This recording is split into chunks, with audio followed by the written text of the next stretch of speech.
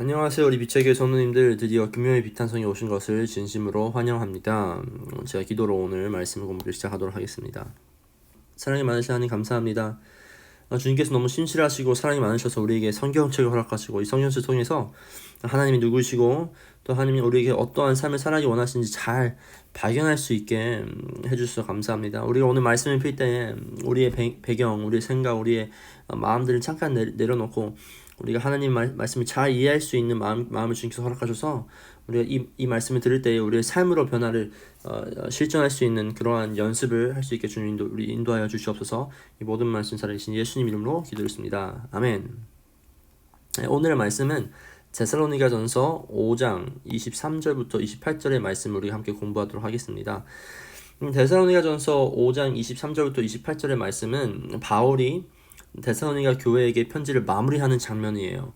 바울이 가장 바랬던 것은 우리가 3절에서부터 우리가 볼 수 있어요. 다 같이 한번 읽어볼게요. 평화의 하나님께서 친히 여러분을 완전히 거룩하게 해주시고 우리 주 예수 그리스도께서 오실 때 여러분의 영과 혼과 몸을 흠이 없이 완전하게 지켜주시기 빕니다. 바울이 가장 원했던 것은 무엇이죠? 거룩이었어요. 우리가 4장에서도 그리고 그 전 장에서도 지켜볼 수 있는 것처럼 바울이 데살로니가 교인들이 가장 원했던 것은 거룩한 삶을 살아가라라고 계속 강조를 했어요. 그리고 또 두 번째로 여기서 보면 뭐를 강조하죠? 오실 때 영과 혼과 몸이 흠이 없이 완전하게 지켜주시 바랍니다.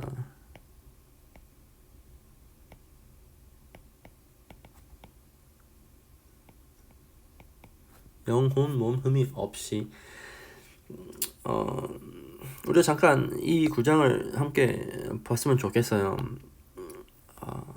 우리가 살아가는 시대에서는 여러분도 흔하게 많이 보시겠지만 몸에 대한 관심이 많은 것을 우리가 볼 수 있어요.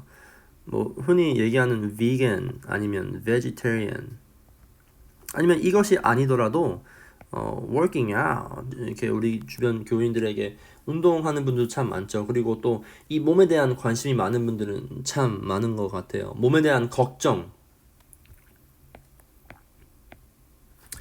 관심, 신경, 심지어 우리가 몸에 대한 공부를 많이 하기도 하죠. 그래서 우리는 몸에 좋은 것은 꼭 챙겨 먹어야 하고 몸에 안 좋은 것은 절대적으로 피하기도 하고 그리고 누군가 밥을 먹을 때 너무나도 salt가 많은 음식들 있잖아요. 아니면 슈거리 참 높은 음식들을 먹을 때 야 그거 먹지 마 그거 너 몸에 되게 안 좋아 라고 우리가 흔히 들을 수 있어요. 특별히 저는 야채를 별로 안 좋아해요. 그래서 제 주변에서 야채를 꼭 먹으라고 하는 사람들이 늘 많아요. 너무 감사한 것이죠. 하지만 우리가 반대편을 봤었을 때 우리의 영에 대한 관심, 영에 대한 걱정, 그리고 영에 대한 공부는 조금 몸에 비해서는 많이 부족한 것 같아요. 몸에 대한 것은 잘 알고 몸에 좋은 것, 안 좋은 것은 잘 우리가 사용을 하지만 우리의 영에 대한 것은 많이 좀 모를 수도 있다라고 생각이 드는 것 같아요.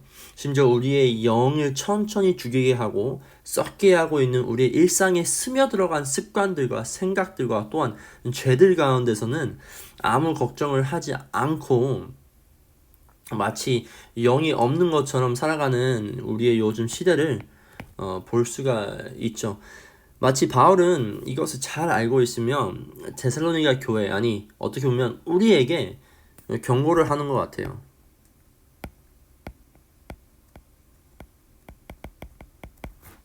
우리가 다시 말씀 23절을 보면 바울은 예수 그리스도, 우리 주 예수 그리스도께서 오실 때 여러분들의 몸과 혼과 영을 흠이 없이라고 얘기하지 않고 무엇을 첫 번째 주었죠? 영을 맨 처음으로 얘기했고 혼 그리고 몸을 마지막으로 이야기를 했어요. 우리가 이거 봤을 때 분명히 바울은 이 영을 좀 더 강조를 하고 있지 않나라고 우리는 분명히 생각을 할 수 있는 것 같아요. 24절을 함께 보도록 할게요. 여러분을 부르시는 분은 신실하시니 이 일 또한 이루시는 것도 이루실 것입니다. 이루실 것입니다. 신실하시니 이루실 것입니다. 영에 대한 걱정 분명히 해야 하는 와중에 우리가 또 기억해야 하는 것은 몸에 대한 걱정과 공부와 아는 것은 좀 다를 수도 있어요. 몸은 분명히 우리가 실천해야 할 수 있는 거고 우리가 모든 것을 해야 결과가 나오는 것이지만 몸은 우리 결과. 하지만 영 같은 경우에서는 여기서 어떻게 나와 있죠? 여러분을 부르시는 분은 신실하시니, 이 뜻은 이 영에 대한 흠이 없게 해주시는 분은 또한 있다는 것이에요. 그분은 하나님이시고 그 하나님께서 분명히 이 일을 이루실 것이라는 것이에요. 마치 바울이 우리에게 얘기하는 거는 영은 우리의 doing이 아니다. 우리가 어떻게 해야 하는 것이 아니고 어떻게 해서 우리의 영이 흠없이 하게 되냐면 하나님의 신실하심 때문에. 우리가 영에 대해 깨어있을 수 있게 성령님을 허락하시고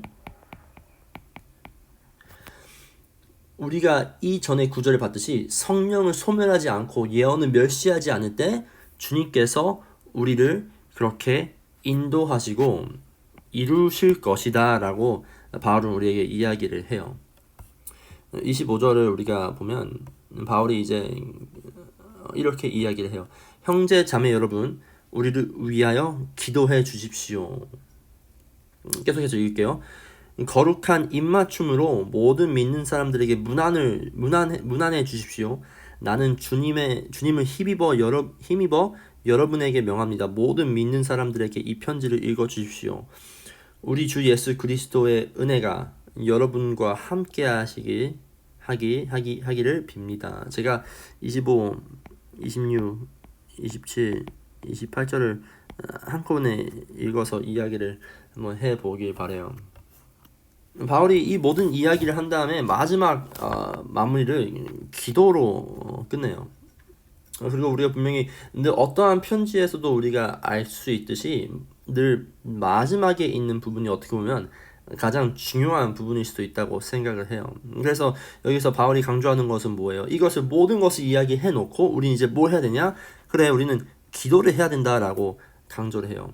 또한 기도를 해 뿐만이 아니라 형제 자매 여러분, 우리를 위해 기도해 주십시오. 바울은 자기 위해 기도해달라고 부탁을 해요. 왜 바울은 부탁을 했을까요? 분명히 바울은 이 삶을 살아나기 위해서 또한 바울이 걷고 있는 이 journey를 잘 마무리하기 위해서는 하나님의 인도하심 없이는 할 수 없다는 것을 분명히 알고 있었을 거예요.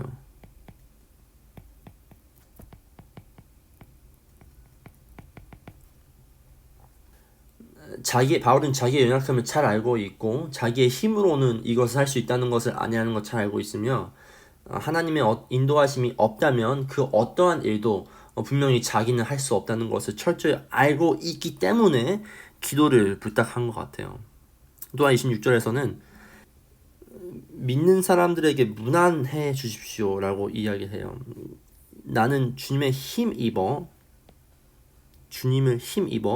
여러분에게 명합니다. 이 모든 믿는 사람들에게 이 편지를 읽어 주십시오. 이 뜻은 이거예요. 우리가 바울뿐만 아니라 믿는 사람들 모두에게 알려달라는 거예요. 우리가 만약에 거룩한 삶을 산다고는 하지만 서로 위해서 기도를 전혀 안 하고 있다면 어떻게 보면 우리는 잘못된 거룩한 삶을 살고 있는 걸 수도 있어요. 만약에 우리는 신앙생활을 잘 한다고 생각을 하지만 내가 내 이웃 위해서 기도를 하나도 안 하고 있다면 어떻게 보면 그냥 나를 위한 self-indulging Christian life를 살고 있을 수도 있다는 것이에요. 우리가 만약에 하나님 뜻 가운데 살고 있다면 우리는 분명히 우리의 이웃을 위해서, 우리 교회를 위해서, 우리의 가족 또 친구들 위해서 또한 우리의 아내와 아들, 딸 혹은 남편을 위해서 분명히 기도를 하고 있을 거예요. 어떻게 보면 여러분들은 분명히 또 가족, 친구, 아내, 남편, 아들, 딸은 참 잘하지만 교회와 이웃 가운데서는 우리가 조금 덜 기도를 할 수 있다고 생각을 해요. 하지만 우리가 성경을 한번 살펴볼 때에 갈라디아서 6장 2절에서는 이렇게 나와 있어요. Bear one another's burdens and so fulfill the law of Christ.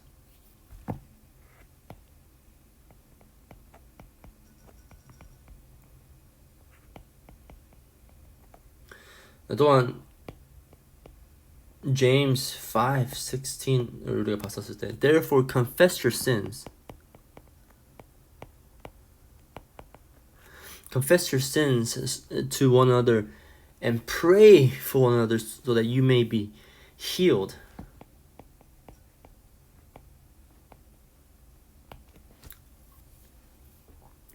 이 뜻은 무슨 뜻이냐면 우리가 서로 기도하는 것은 우리가 그냥 그들을 불쌍히 여겨서 아니면 그들이 걱정돼서 일 수도 있겠지만 어떻게 보면 우리가 살기 위해서 서로 위해서 기도하는 거예요. 뭐라고 나와 있죠? So fulfill the law of Christ. 우리가 서로 위해서 기도를 할 때 우리는 fulfilling the law of Christ. 그리고 James 5:16에서 뭐라고 나와 있죠? Confess your sins to one another and pray for one another so that you may be healed. 살기 위해서 기도를 하는 거예요.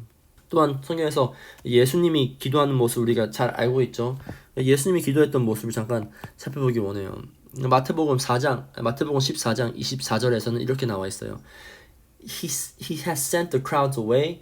He went up to the mountain and prayed to himself. He was there alone. In Luke 5:16 it says, But Jesus himself would often slip away to the wilderness and pray. In Matthew 26:39 says, Jesus prayed, let this cup pass from me. Matthew 27:46 it says, Jesus prayed, my God, why have you forsaken me? 때로는 같이, 때로는 홀로 우리는 주님 앞에서 무릎을 꿇어야 돼요. 기도를 한다는 뜻은 하나님을 의지한다는 뜻이며 기도를 할 때에 우리에게로부터 나올 수 없는 마음, 생각, 힘들이 만들어 가지며 그것이 하나님께서 우리를 만들어 가시는 과정이에요. 하지만 정말로 어려운 것 같아요. 우리에게는 그렇게 할 수 있는 사랑과 무엇보다 그렇게 할 수 있는 은혜가 우리 마음 가운데 없는 존재인 것 같아요. 우리는 존재 자체로서 사랑과 은혜가 없는 존재이기 때문에 우리는 무엇을 해야 되냐면요. 사랑 자체이신 또한 은혜 자체이신 그분께 우리는 매달려야 되는 것 같아요. 우리는 사랑 자체이신 예수님, 은혜 자체이신 예수님한테 매달렸을 때 우리도 그 사랑을 본받아 우리도 예수님처럼 더욱더 닮아가서 우리가 남을 위해서 사랑하고 남을 위해서 기도하면서 살아갈 수 있는 삶을 연습할 수 있는 것 같아요. 하나님 감사합니다. 바울의 편지 통해서 우리가 어떻게 살아가야 하고 그리고 우리가 어떻게 하나님 앞에서 blameless하게 흠이 없게 설 수 있는지 우리에게 잘 알려주셔서 감사합니다. 그리고 또한 우리가 이것이 우리의 노력 때문에 아니라 또 신실하신 하나님께서 이것을 가능케 하신다는 것을 우리가 잘 기억하면서 우리의 신앙생활을 우리가 시작하고 잘 마무리할 수 있게 우리를 인도하여 주시옵소서. 이 모든 말씀 살아계신 예수님 이름으로 기도드렸습니다. 아멘.